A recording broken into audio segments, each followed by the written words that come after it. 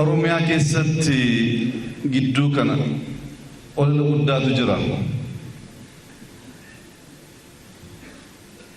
ODP osoo hin taane Abiy aantummaa Oromoo hin qabu.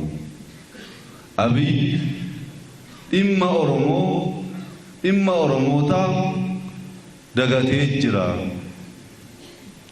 Abiy kaayyoo kana maa dagateetu Orma gammachiisuuf fiigaa jira.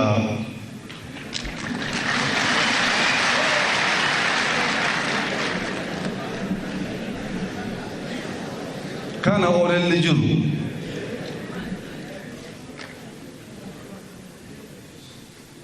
ani immoo waa tokkoon isinittiin barbaadu. Rabbi ummatni Oromoo aman, Rabbi ummanni Harargee aman hafaradu.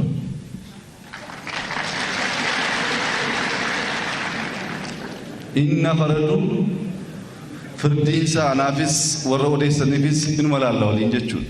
Maatii keessa galuu koo kan natti agarsiise maqaa waamtanii waa'ee kanaa baruu barbaanna jechuun keessan eenyummaa keessan agarsiisa waan ta'eef lapheen koo fayyuusa gammachuu koon isin ibsu barbaada.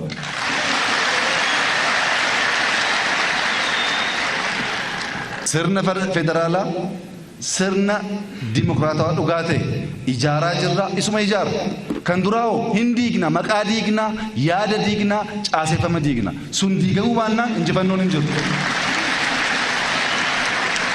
Akkasuma hin diigamneef warri jalaa diigamuudhaaf jedhe garuu achi duwwaa osoo hin taane Oromoos gowwoomsaa jirti waa lamaan.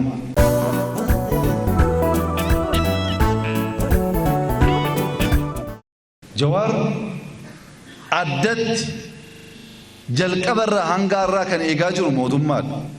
Yoom nu gaafattanii eegumsa ramadaa fi eegamuu qaba jettanii nu gaafattanittu? Jawaar immoo eegumsi na barbaachisaa na eegaa jee nu gaafatee jira? Nuyi kan eegaa jiru maaliif akkaataa kanaan akka hin taane wal qeequu barbaada? Nutu miidhamuu danda'a jedhee awwaluma gaafa galeerraa kaasee eegaa kan jiru nuyi. Eeguu duwwaa miti isa caalaas waa baay'ee kaasuu hin danda'amu.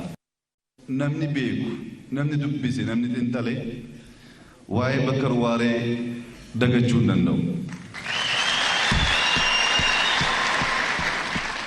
Waa'ee Elemoo Qilxuu dagachuu hin danda'u.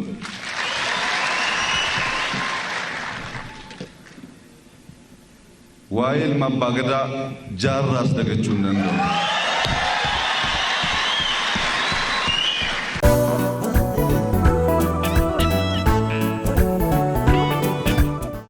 jechuuma Dr. Abiy Ahmed fi obboleessa keenya Lammaa Magarsaa jecha Jawaar Mohaammed sunsuma sadeen kana bu'uura godhanneeti akkanatti waa hundaa'u ajjechaa teenya duunee arraba keenya fudhannee saamisan nu saamullee gaqqabannee wanni taa'u jiruuf humna dhabneeti miti.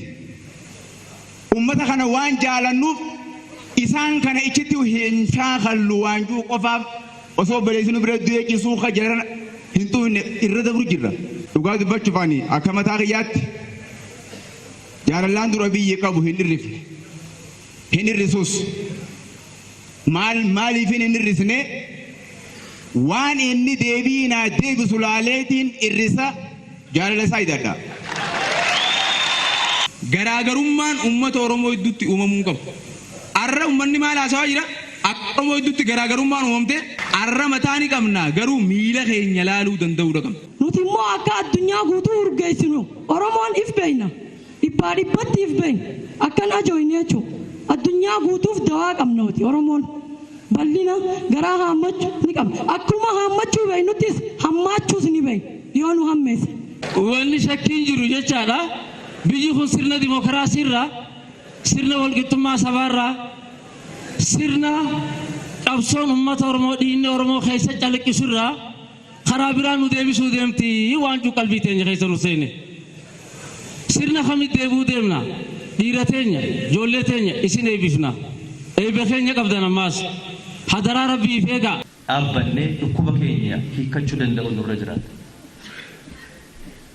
Gaafa lafti gubattu wal bira dhaabbanne gaafa lafti qabbanooftu deebinee wal dararra yoo taane waan kaleessaa dagalleet quuqamaa fi aantummaa saba keenyaa dagalla yoo taane hin ta'u. Har'as abbaan barbaade kan inni hubachuu qabu. Wanti Oromoon hin feene nuti fe'uu hin dandeenyu waan Oromoon hin jaallanne nuti jaallachuu hin dandeenyu nuumman hin ta'u.